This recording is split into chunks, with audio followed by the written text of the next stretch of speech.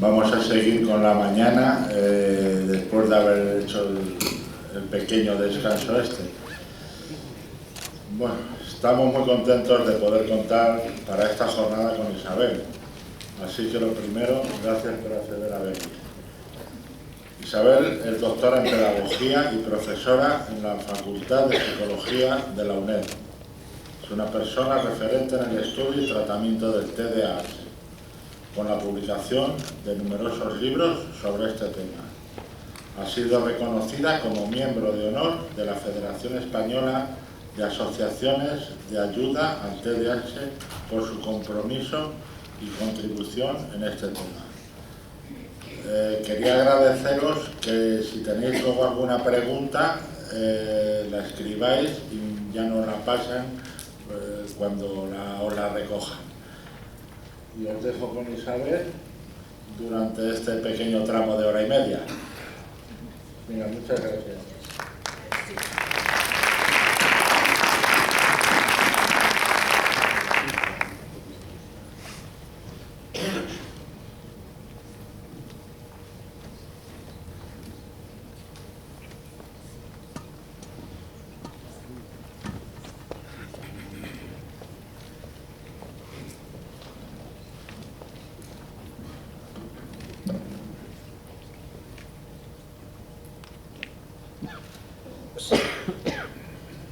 Bueno, ay, qué bien, qué gusto, sin nada. Bueno, gracias a todos por estar aquí. Vamos a hablar de la regulación emocional. Yo lo que intento siempre es intentar daros recursos, estrategias que cada uno se pueda llevar en la medida de lo que necesite alguna cosita, ¿vale? Voy a intentar ser rápida porque siempre me quedo corta de tiempo. A ver, esto vamos acá. Que te lo vayan Aquí. Lo que pretendemos en las jornadas como esta, a ver si lo cojo, es intentar tener un foco un poco diferente al que tenemos habitualmente. Estamos acostumbrados a ver la playa, pero no estamos acostumbrados a verla debajo del microscopio, ¿no? Entonces coincido con la presentación anterior que uno de los objetivos básicos es que el TDAH no nos nuble la vista como padres, que el TDAH como joven afectado con TDAH no te nuble y no dejes de reconocer tu identidad como algo más que el TDAH.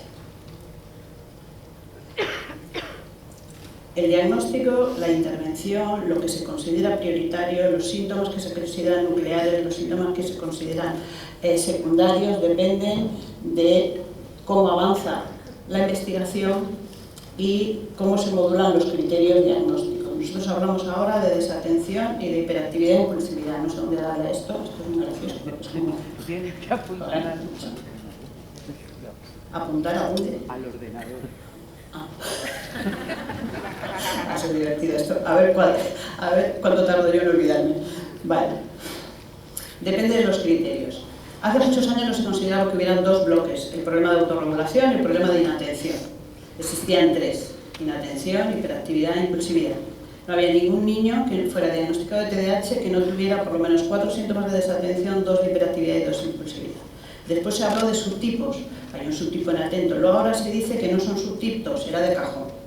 Los que estamos en clínica y seguimos a niños desde pequeños, vemos que realmente la mayoría son de tipo combinado, la mayoría, y que cuando se dice que evolucionan hacia un subtipo inatento, en realidad no está el subtipo inatento. La mayoría siguen teniendo hiperactividad e impulsividad, pero no con la intensidad con la que se registran ahora según los criterios diagnósticos. Pero desde el punto de vista de intervención terapéutica y educativa, necesitamos seguir conceptualizando a esos chavales como hiperactivos e impulsivos, ¿no? Vale, ya. Vale. Esto solo es anecdótico porque esto para mí fue una sorpresa. Perdón. Es que he visto como que se me había ido, a mí me ocupaba toda la pantalla. Bueno, Pues dime qué te pasa. Esto va a ser un baile. Ay, mira, casi. Ya. Esta es la descripción que en 1919 el doctor Lafora utilizaba para describir a un grupo de niños que era un TDAH de libro. Vale, en 1919. discípulo de Ramón y Cajal, psiquiatra y neurólogo, y aquí en España tardamos siglos en poder hablar del TDAH, ¿no? Esto solo es anecdótico. Sí que es importante, porque todavía sigue habiendo confusión, que aclarar que el TDAH no es un trastorno del comportamiento, es un trastorno del neurodesarrollo. Antes se consideraba que era un trastorno de la conducta y estaba con los trastornos de la pista desafiante y el trastorno disocial, que ya es el predelincuente. Ahora mismo es un trastorno del neurodesarrollo. ¿Por qué? Porque se reconoce que la base de este trastorno hay una base biológica que hace que nuestros niños, por hablarlo así más sencillo, nuestros niños nacen con un cerebro más predispuesto a madurar más despacio y más desorganizado. Básicamente lo que necesitan nuestros niños es tiempo y seguimiento. No es lo mismo que el colegio, los padres entiendan que es algo que no funciona en su cabeza, que no simplemente que tú le has puesto mal los límites educativos o que, claro, como el niño está en un entorno disfuncional, pues ¿qué puedes esperar? Antes se conceptualizaba como un trastorno que desaparecía literalmente en la adolescencia. ¿Por qué? Porque la hiperactividad motriz, que era el primer síntoma que se prestó más atención, se modulaba. Obviamente ya no se levantan, no corren ni trepan como antes, ¿no? Primero se daba importancia sobre todo a la hiperactividad, después a la impulsividad y después a la desatención. Ahora mismo se considera que el TDAH afecta de alguna manera a lo largo de todo el ciclo vital. ¿Qué sucede? Un tercio de los TDAH evolucionan y en la edad adulta aparentemente no tienen síntomas de TDAH. Otro tercio tiene síntomas de TDAH pero los puede tener compensados o en tratamiento. Un tercio evoluciona fatal, porque el problema del TDAH no son los síntomas nucleares del TDAH. Ahora mismo, si consideramos que hay niños que en infantil pueden tener TDAH y en la edad adulta pueden tener TDAH, necesitamos adaptar los criterios. Lástima que todavía en la última versión de la Asociación Americana de Psiquiatría, en la que se publican los criterios diagnósticos para el TDAH, no se han revisado los criterios. Los criterios siguen siendo los mismos que cuando yo empecé hace 30 años y se consideraba el TDAH como un trastorno infanto-juvenil, un trastorno de conducta infanto-juvenil. Siguen siendo los mismos síntomas y no se han modulado. Yo pensaba que esta vez sí. Lo que se ha hecho es precisarlos más. Este síntoma en los adolescentes se manifiesta de esta manera en los adultos. Pero también hay una cosa que tiene que ir sonando, ya no solo que nosotros, adultos con TDAH, adultos, padres de niños con TDAH, podemos tener TDAH y es una probabilidad muy alta, sino y que, ojo, igual necesitamos intervención por calidad de vida. A lo mejor nuestro TDAH no tiene un perfil de trastorno en el sentido que tenemos una desadaptación tremenda, pero si estamos sometidos al estrés de la crianza de uno o más hijos con TDAH, entonces en esa situación es como una madre con cuatrillizos, ¿no? Pues eso, porque los nuestros valen por 4. Yo os juro que una vez tuve un flash de un niño que yo parpadeé, estaba hablando, parpadeé y lo vi en la pierna de su madre y un segundo en la pared. Y yo dije, abrigo el hermano. Y me reí porque fue un flash de eso que lo dices, pero yo lo he vivido. También en la tercera edad. Me llegó una niña con un comportamiento teóricamente, un TDAH diagnosticado y medicado, pero con un trastorno relativista desafiante, y el problema de toda la familia era ella, y lo que me encuentro es un abuelo totalmente disfuncional, con el que comían todos los domingos y ahí se montaban unas historias, que claro, la madre y la abuela, como al abuelo lo van por perdido, lo que intentaban era que el adolescente no echara más leña al fuego. Y responsabilizaban de alguna manera al adolescente, y el adolescente se consideraba el peor de todos los males y el centro de todos los problemas, ¿no? Así que también la tercera. Los problemas de regulación emocional se consideran ahora, porque ahora se habla mucho, está de moda. Cuando yo escribí mi primer libro sobre el TDAH, que no había en España, ningún libro sobre TDAH, yo había consultado uno, pero es sobre niños impulsivos, yo hice una descripción de sentido común, porque yo quería ayudar a los padres y a los profesores. Entonces yo dije, el TDAH cómo se manifiesta en la conducta, ¿no? Cómo se manifiesta en el aprendizaje y cómo se manifiesta en la parte social y emocional. Yo recuerdo que mi mentor y director de tesis, Aquilino Polaino, cuando vio el índice me dijo, esto es muy relevante, el que lo social y emocional. Y yo le miré y dije, bueno, pues lo social y emocional empieza a ser relevante ahora. ¿Por qué si realmente es de cajón? Estos son los criterios diagnósticos del TDAH, ¿no? Que no es solo, lo sabéis, que existan síntomas que sean desajustados para su edad y nivel de desarrollo. Tiene que haber una conocida de los síntomas, o sea, los síntomas tienen que ir con el niño, no es una reacción puntual a algo que le ha pasado. Hay que descartar, se va a desconfigurar. Hay que descartar que se deba a factores ambientales, pero claro, a veces hay que recordar que los niños con TDAH también tienen padres disfuncionales, los niños con TDAH también tienen un padre alcohólico, también tienen unos padres que se divorcian. Entonces, porque haya motivos de estrés ambiental, no quiere decir que vayas a descartar que tenga TDAH, ¿vale? Si los síntomas eran previos y empeoran con esta situación, pues hay un TDAH. La desadaptación es la clave. Si no hay desadaptación, hay trastorno, el niño movidito y tal, pero lo que tenemos que ver es la desadaptación en todo su contexto. Durante mucho tiempo, por eso yo siempre digo que a los médicos hay que ir con los deberes hechos. Tú tienes que ponerle allí todo y no depender de que el médico te pregunte, quiera profundizar en cosas que a lo mejor no lo hace. Porque durante mucho tiempo, si el niño no suspende, el niño no tiene TDAH. El médico no pregunta si tú llevas loca todas las evaluaciones acostándote a las 4 de la mañana y tal, y aquello es un despropósito, ¿no? A una madre que me dijo cuando vio los libros de su hijo de sexto de primaria, se puso ella a llorar. Digo, ¿cómo vamos a superar esto?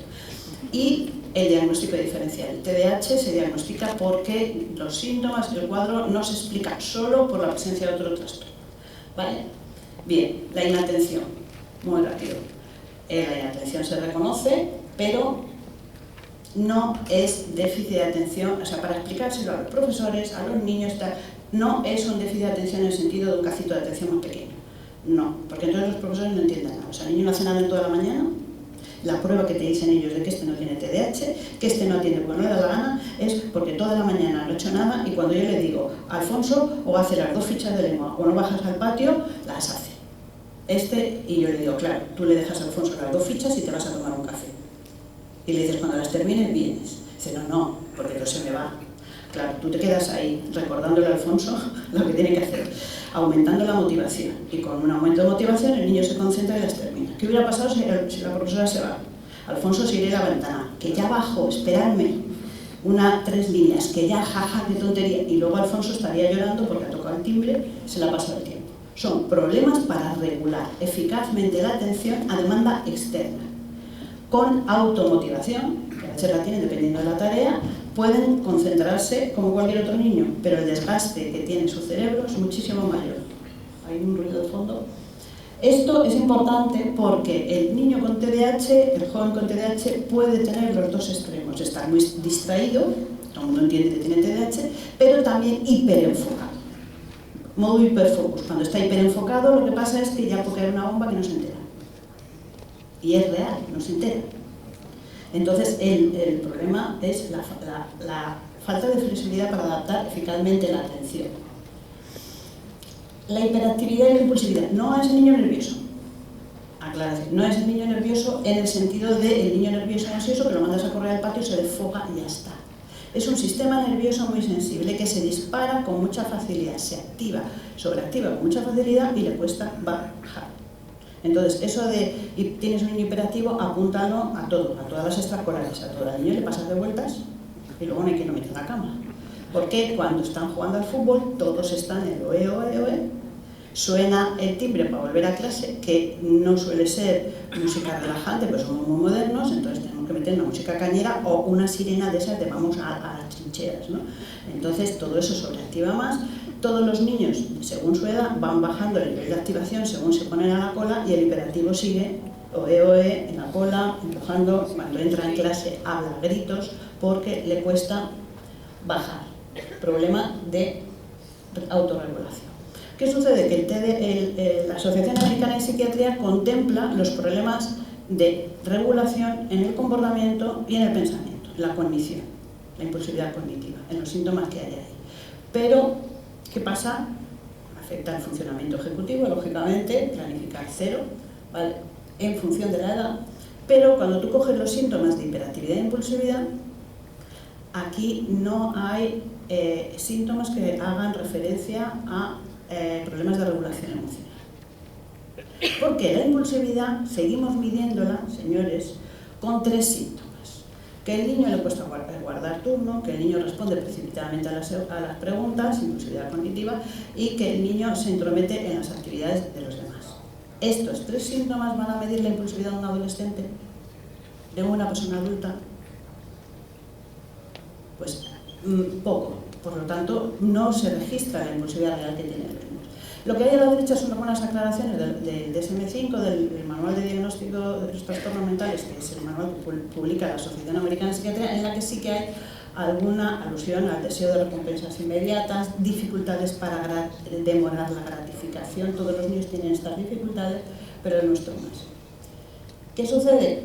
La desadaptación. Esto me sigue chocando, porque los síntomas tienen que generar desadaptación en 2 ámbitos, en el social o en el académico, y en el personal. Y cuando tienes un niño que es listo y está en cursos bajos y académicamente no tiene problema y socialmente pues tampoco es que destaque, polula de grupo en grupo, pero está hecho polvo. Está hecho polvo porque se siente ineficaz y tal, ¿no? Sí que la Sociedad Americana de Psiquiatría, estamos hablando del año 2022, la actualización a 2022, sí considera la desregulación emocional como un síntoma asociado. Esto quiere decir que es un síntoma frecuente, pero no tan frecuente como para que lo consideren un criterio para el diagnóstico, ¿no? Sin embargo, nos encontramos chavales que tienen más dificultades de regulación emocional en niñas que otros de los síntomas, ¿no? Y que les interfiere muchísimo más. Bueno, esto se lo añado porque yo cada vez que veo informes de diagnósticos de niños, cada vez veo más unos informes muy largos en los que hay muchos test cognitivos, de atención, funcionamiento ejecutivo, tal, de no sé, muchos. No veo la historia clínica más que superficial y no veo una descripción de la desadaptación, que son criterios fundamentales, ¿no? Pero se pasan muchos test. Y lo que dice la Asociación Americana, y lleva diciendo toda la vida, es que los test no diagnostican TDAH. Un niño con TDAH puede hacer de cine un test. Algunos te sorprenden porque incluso tareas de atención sostenida que son un cuarto de hora dándole al botón, atendiendo a una tarea aburrida, porque lo que se mide en la atención sostenida es el piloto automático de la atención. Tienes que quitar la motivación, si no lo puedes valorar, ¿no? Algunos lo hacen bien y luego no puedes hacer carrera de él en toda la mañana. O hacen bien eso, pero los síntomas de desatención en el día a día son brutales. O sea, si yo me hiperfocalizo, si yo me automotivo porque decido que estoy matando marcianos, sí, a lo mejor lo hago bien, ¿no? Esos test se pasan, yo también los paso, pero complementan la información. Entonces, nosotros añadiríamos ahí a problemas en la regulación del comportamiento, en la regulación mental, la impulsividad a la hora de pensar y no analizar por pasos la información, y en la parte emocional, ¿no?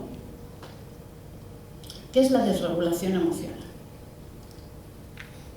Ops.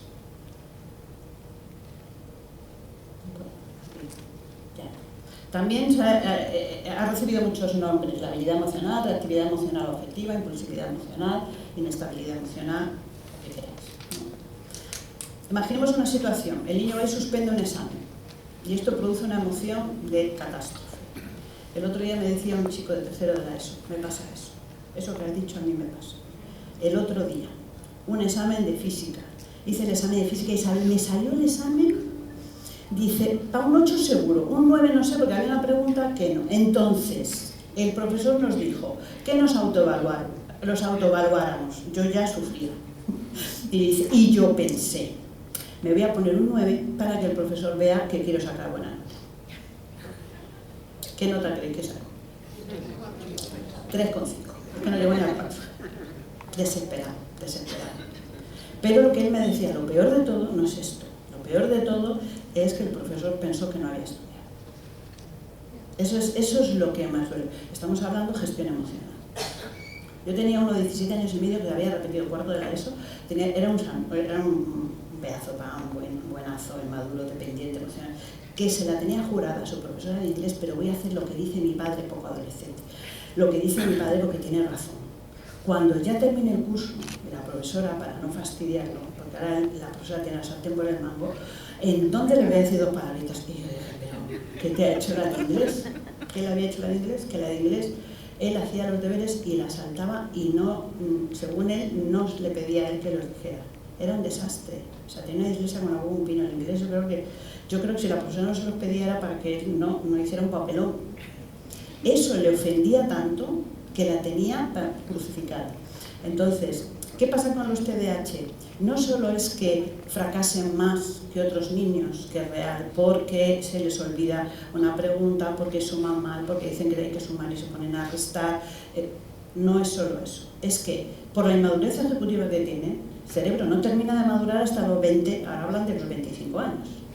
Y en este cerebro inmaduro nosotros sabemos que hay un trastorno porque comparamos este cerebro inmaduro con los cerebros inmaduros de los niños de su edad. Si no se compara, no se puede diagnosticar TDAH. ¿Vale? Entonces, estos van al tran-tran de los otros. El sol sale para todos, gracias a Dios, entonces estos maduran, pero maduran más tarde. Y esta madurez implica no solo el comportamiento, implica, ahora lo veremos, aspectos muy básicos del desarrollo del pensamiento. Entonces, uno de ellos es la capacidad de conocerse a uno mismo, analizar tu propio comportamiento de forma un poco objetiva, analizar el comportamiento de los demás, analizar las causas, las consecuencias y todo esto.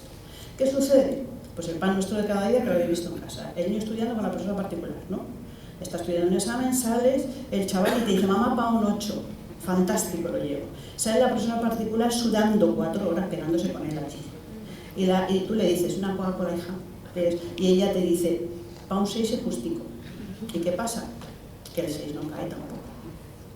Pero no solo es que el 6 no caiga, porque yo no recibo lo que en realidad me sé, porque cometo errores, por falta de ortografía, por lo que sea, sino que las expectativas que tengo yo cuando entro en el examen son de 8. Y cuando salgo del examen es de 8. Porque la experiencia de hacer el examen debería ayudarme a ajustar las expectativas, pero no. Entonces, con 14 años, tú ves ahí todo un señor, 14 años, hace los tienes que mirar para arriba, tú le dices, examen de física, ¿no? Venga, tú sabes que nosotros la autoevaluación, no, sí, vale, soy muy pesada ya. A ver, sigo preguntando, ¿no? Primera pregunta, esa no la hice porque no me dio tiempo. Tú me dijiste que empezara por la más fácil y no me dio tiempo para esta, ¿no? La segunda no le daba igual que al otro, pero él estaba seguro que el otro era el que lo tenía. La tercera hizo la mitad, y tú dices, es que a bote pronto no aprueba. Pero esa reflexión no la hace. ¿Qué pasa? Que esta emoción produce una respuesta que, como son los nuestros, es muy intensa e inmediata. Depende de la madurez que tenga en ese momento, de la madurez cerebral, que el niño sea capaz de inhibir esa reacción emocional instantánea, cambiar el foco a otra cosa y no estar, porque este profesor, porque vaya examen que nos ha puesto y tal, para poder analizar otras cosas y activar otras habilidades para hacer lo que necesitamos, que es analizar nuestras emociones,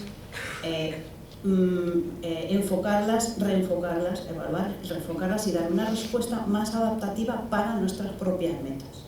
Si yo quiero ir a la de inglés y cantarle las 40, pues a lo mejor resulta que si no lo consulto antes con mi padre o lo que sea, voy y le monto un pollo de inglés que no sabe muy bien por dónde va. En el caso de este, como es un chaval muy buenazo, muy madurote, la profesora lo va a entender, o sea, va a entender y dice qué le pasa, ¿no? Pero en caso de otros chavales que llevan otro perfil, porque ya ha habido chavales a los que les he tenido que enseñar y modelar cómo se recibe una bronca. Tú no puedes recibirla así, no, tú con esa cara, con tu cicatriz, con que parece que te van a coger para un programa de delincuentes, tú no le puedes mantener la mirada por asustado que estés al profesor porque va a considerar, o sea, los gorilas. Yo una vez estuve con un etólogo de Barcelona que trabajaba con copito de nieve y todo, el gorila blanco, ¿no? Y entonces él me enseñaba, me llevó al zoo, me pasó muy fenomenal, y me enseñaba que a los gorilas no los puedes mirar de frente, tienes que adoptar una actitud sumisa, porque si no se ponen a la defensiva, ¿no? La desregulación emocional es la incapacidad para la edad, porque claro, esto tiene un nivel madurativo, ¿no? Entonces, cuando estamos hablando de que hay problemas de regulación, es porque hay más problemas de las que debería para la edad y su nivel de desarrollo. Que si un chaval tiene una discapacidad intelectual, tiene 14 años y funciona en general como 9, ¿no? Pero sus problemas de autorregulación, de desatención y tal, son de 5, puede tener discapacidad intelectual y TDAH, algo que no se contemplaba antes, ¿no?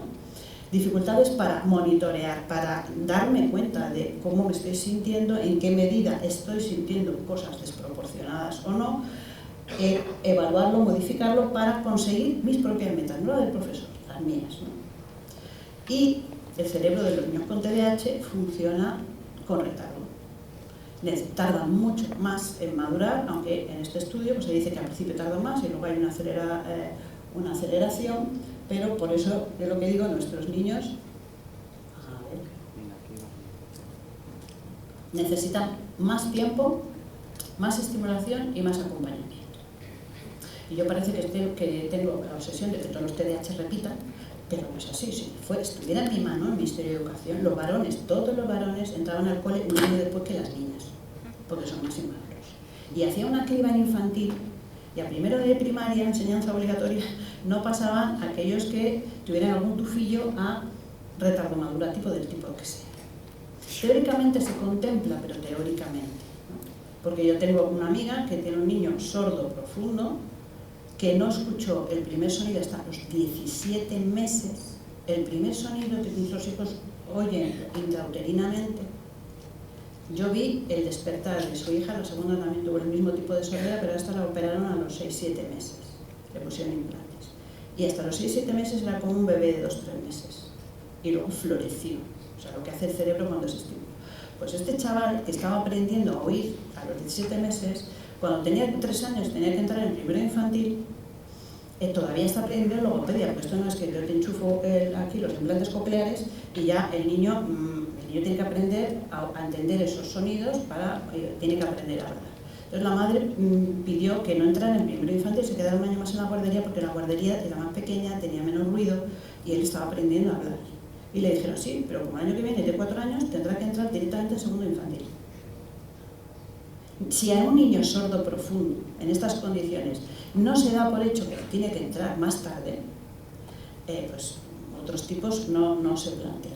Y esto luego genera muchos problemas, ¿no? Y ahora mismo volvemos otra vez a eso tan original de que solo se repiten los cursos pares. ¿Qué tiene su sentido y su filosofía? La filosofía de dar tiempo a los niños, pero claro, sirve, o sea, que un niño termine el primero de primaria sin las competencias de primero de primaria porque ha estado ingresado 6 meses por una leucemia y pase al segundo, a ese lo pones al día rápido. Y no tiene más problemas porque la madurez la tiene de los niños de 7 años y tal. Pero un niño con una dislexia, que es otro trastorno del neurodesarrollo, o con un TDAH, estos niños tienen un retardo madurativo y necesitan estar en el curso que más les beneficie. Con lo mismo os digo que si tiene una profesora maravillosa, que pase sin nivel y que siga con esa profesora, ¿no? Si pillamos a una, la pillamos. Pero tiene que ser a un traje a medida, porque ahora, si pasa a tercero de primaria, justito o con dificultades, como tengo uno que la dislexia no detectada en segundo de primaria, el nivel es de tercero infantil, no lee. 19 cambios de sonidos cuando está leyendo, o sea, no lee. Si este niño pasa a tercero, no solo se va a encontrar exámenes y tal, sino que en tercero se va a estrellar, va a ser otro año de fracaso. Por muchas adaptaciones que le quieran hacer, no va a poder repetir tercero, curso impar, tiene que pasar a cuarto, otro año de fracaso en cuarto, y para cuando repita cuarto ya estamos operando a corazón abierto.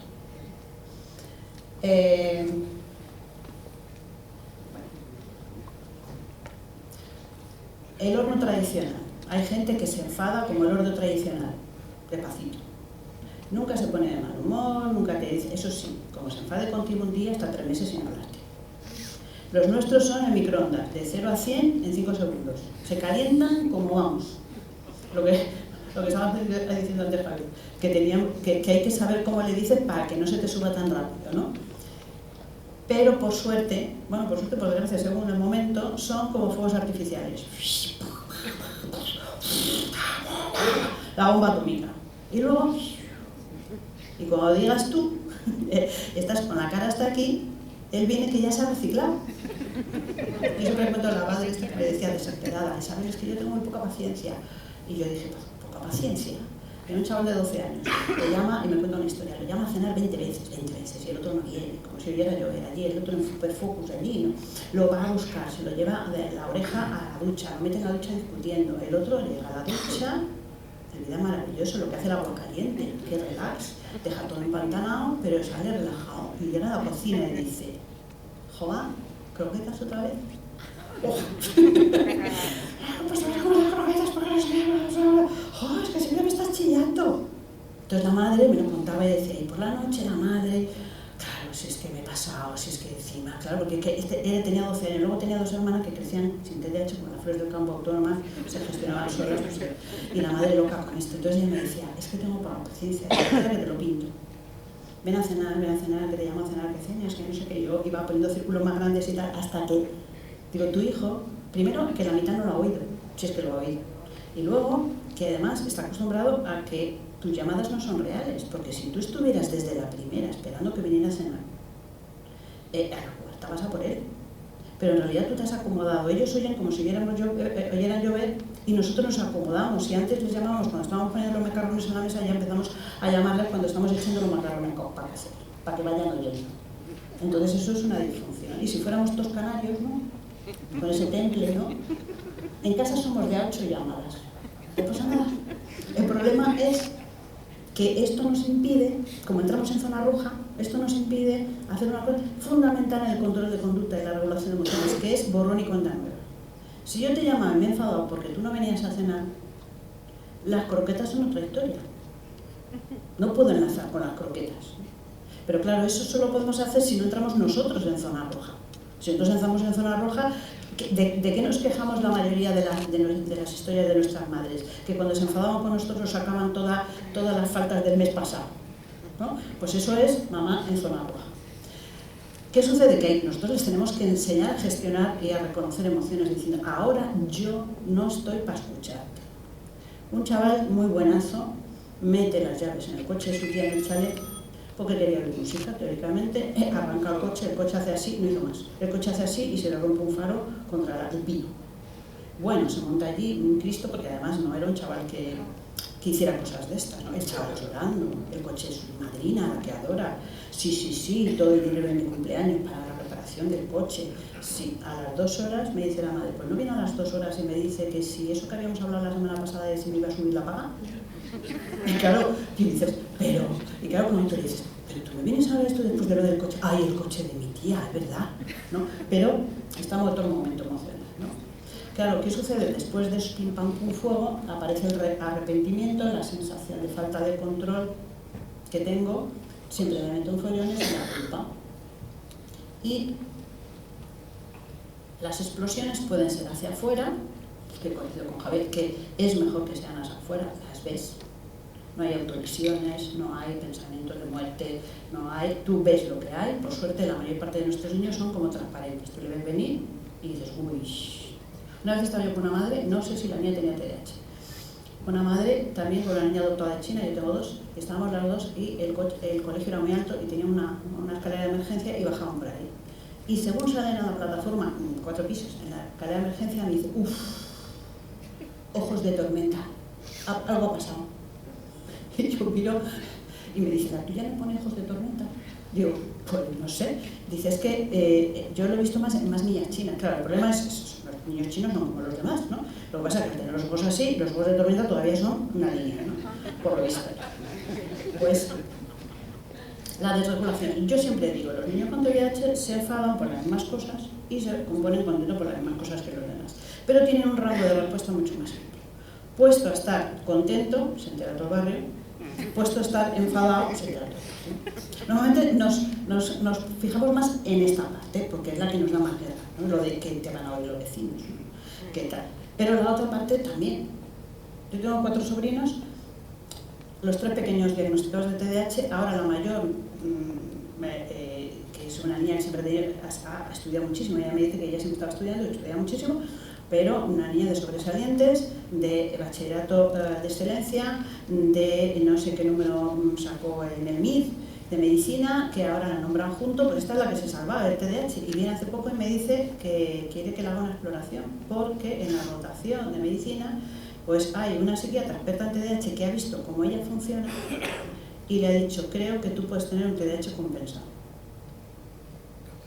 Entonces yo me reía cuando antes estaba poniendo, porque a ella le pasó esto, ¿no? Cuando ella se independizó y tenía que hacer la especialización de medicina, encima como tiene notas, la habían nombrado juntos, tenía que supervisar a sus compañeros, se independizó y vivía en un piso compartido. Ahora me tengo que ocupar de mi comida, de las cosas que antes me las daban hechas, de la lavadora, de tal, de no sé qué. Ahora, que no están sus 3 hermanos a los que culpar, descubre que se deja la puerta de casa abierta, 2 veces la nevera abierta.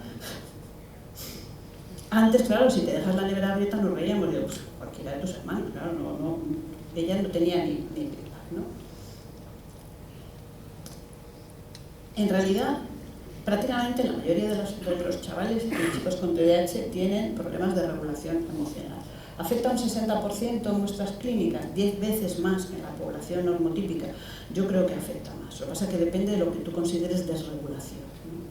Pero muchos de los problemas que tenemos de gestión de comportamiento tienen que ver con la gestión de emociones, ¿no? ¿Cómo reconocemos situaciones de desregulación emocional? Expresiones emocionales desproporcionadas para el contexto. Que tú le dices, ¿por qué me contestas así?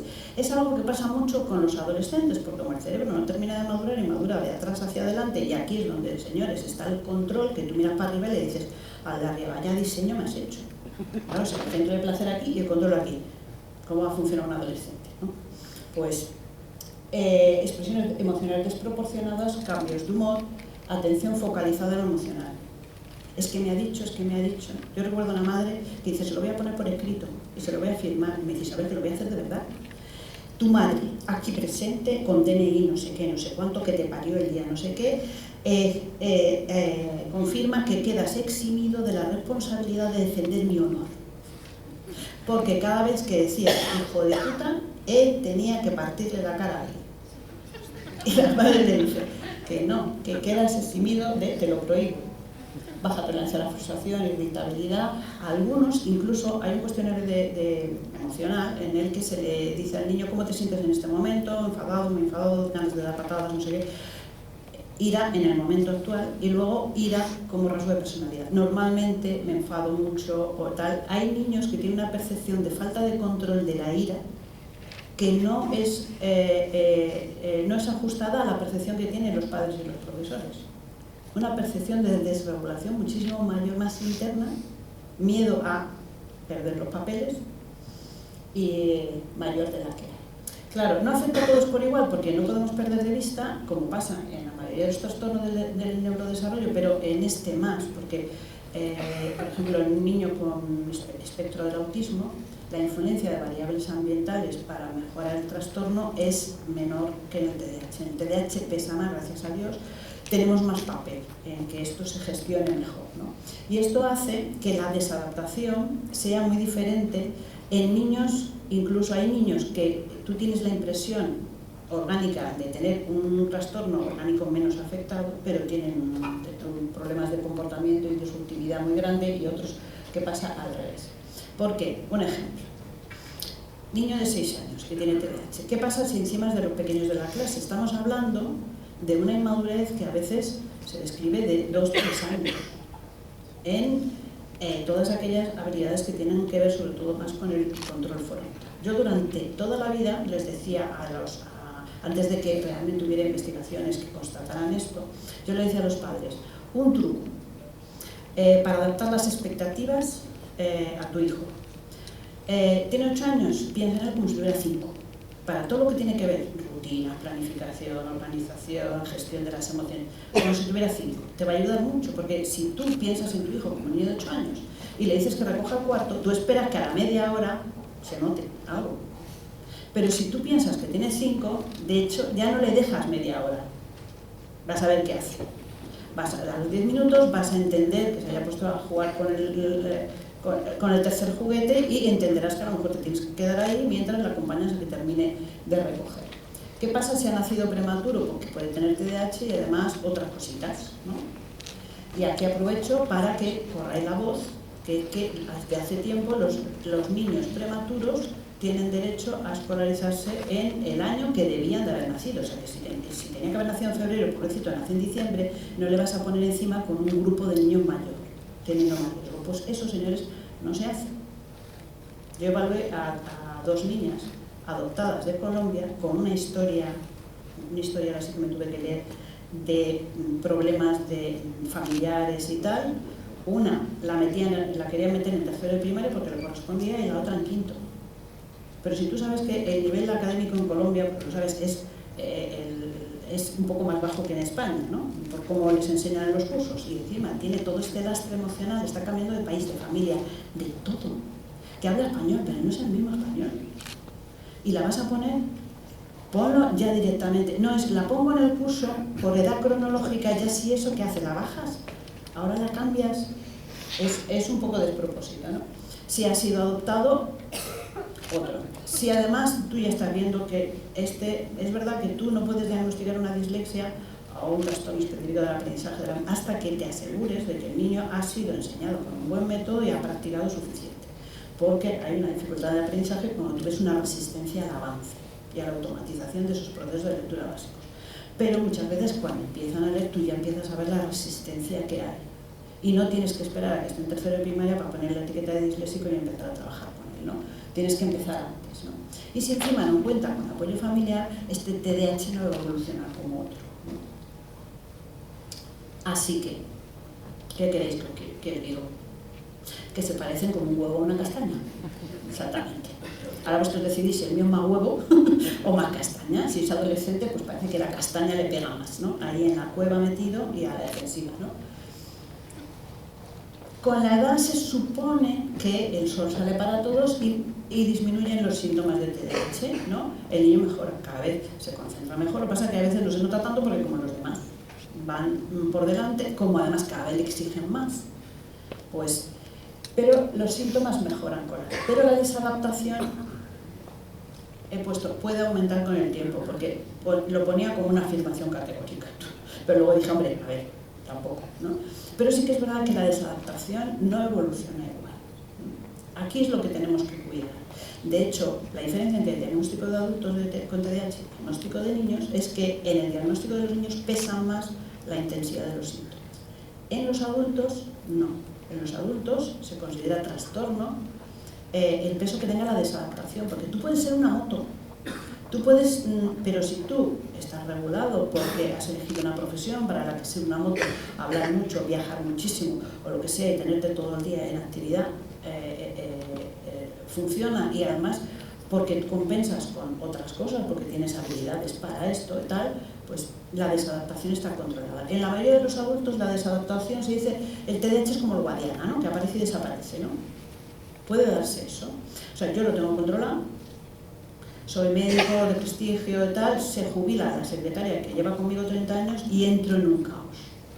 Porque la siguiente me hace caso y yo le digo que me cite 15 pacientes en una tarde.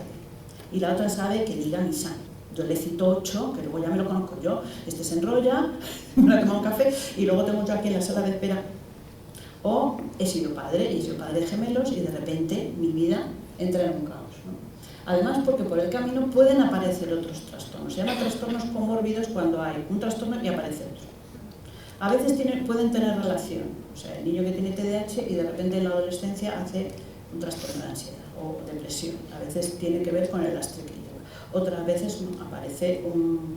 Y entonces, ¿por qué? ¿Sabéis eso de cómo es a los perros todos son pulgas? Pues eso, los nuestros son muy perros en eso, muy perro callejero. O sea, que tienen una cosita y tienen otra, y tienen otra, y tienen otra. Y el TDAH puro no suele existir. O sea, es raro. O sea, si te ha tocado un TDAH puro, entonces sea, ¿no? Por eso esta imagen, que lo llevo diciendo yo 30 años, el problema del TDAH es la bola de nieve que genera, no el TDAH. Yo recuerdo una madre que cuando se lo estaba explicando, se le empezó a caer una lágrima. Y yo pensé que era, pues eso, el trastorno. Y yo le dije, mira, mujer, a ver, es verdad que es un trastorno, pero puestos a tener un trastorno de la psicopatología infantil, esto es una chumina.